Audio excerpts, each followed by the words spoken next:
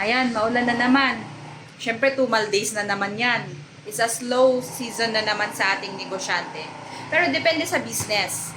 Ako, yeah, a little bit slow. So, ang ginagawa ko na lang, usual. Gagawa pa rin ng product. Okay guys, samahan nyo ako. Kamusta kayo dyan?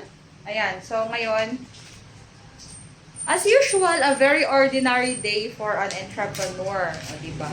For a small business owner like me. Ayan, so magbe-blend tayo ng mga fruit teas. And I still have here some, ayan, we have here lemon. Then, watermelon. So, I did not remove it from the parchment kasi medyo nadidikit sila. Okay, this is the yellow watermelon. We're gonna use this later for the blend natin na hibiscus. Ayan. Here. Okay? So, we're gonna use it for our hibiscus blend. So, tatapusin ko sila ngayon para... Ayan. So, we have here. Okay. We put some kind of 3 pieces. Ayan. And then, I wasn't able to fix it a while ago. Ayan.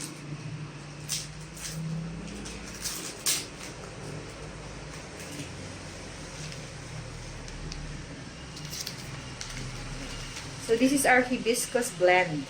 Ayan. Meron na siyang blend dyan. And we put some watermelon and pineapple. I think I need to add a little bit para hindi siya ganun ka konti. Okay. And then we're gonna seal this. So this is gonna be our red tea. I think I showed you before the red hibiscus blend.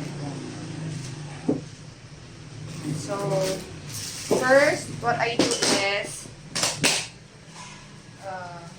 I do first the lemon para hindi lahat mabuksan.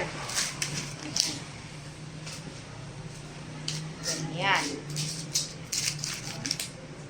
Need to have a technique paano mapapabilis ang iyong trabaho. Ang pwede namin gawin as a business owner is to restock sa akin. Ayan, maulan kasi kaya wala tayong masyadong activity. So, ayan, kinukompleto ko na yung mga stocks. So, yung mga ganitong time, na ganito yung ginagawa ko. So, continue ko muna. Bye!